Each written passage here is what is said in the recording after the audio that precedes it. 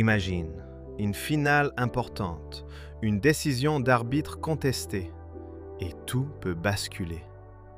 Mais qui décide vraiment dans ces situations? Ce n'est pas toujours la FIFA ou les fédérations. Il existe une instance au-dessus, le tribunal arbitral du sport, le TAS. Aujourd'hui, je vais t'expliquer simplement comment il fonctionne et pourquoi il peut changer l'histoire du sport. Le tribunal arbitral du sport, créé en 1984, est une sorte de cour de justice spécialisée dans le sport. Son siège est en Suisse, à Lausanne, et il règle les conflits entre joueurs, clubs et fédérations. Contrairement aux tribunaux classiques, ici on parle uniquement de sport, mais avec des enjeux énormes. Quand il y a un conflit, les parties peuvent saisir le TAS.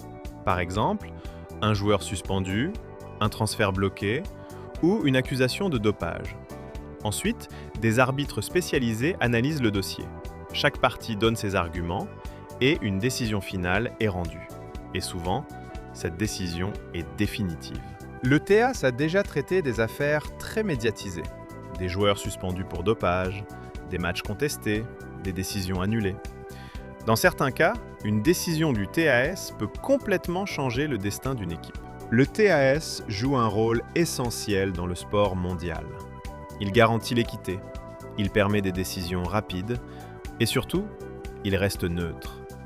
Sans lui, le sport serait rempli de conflits non résolus. Aujourd'hui, l'intelligence artificielle peut analyser des milliers de décisions en quelques secondes. Elle peut aider à comprendre les cas et même anticiper certaines décisions. Mais attention, l'IA ne remplace pas les humains.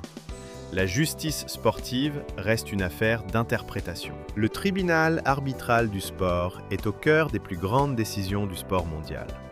Invisible pour beaucoup, mais essentiel pour tous. Alors dis-moi, est-ce que tu fais confiance à ce type de justice? Like la vidéo, abonne-toi et partage à un fan de foot.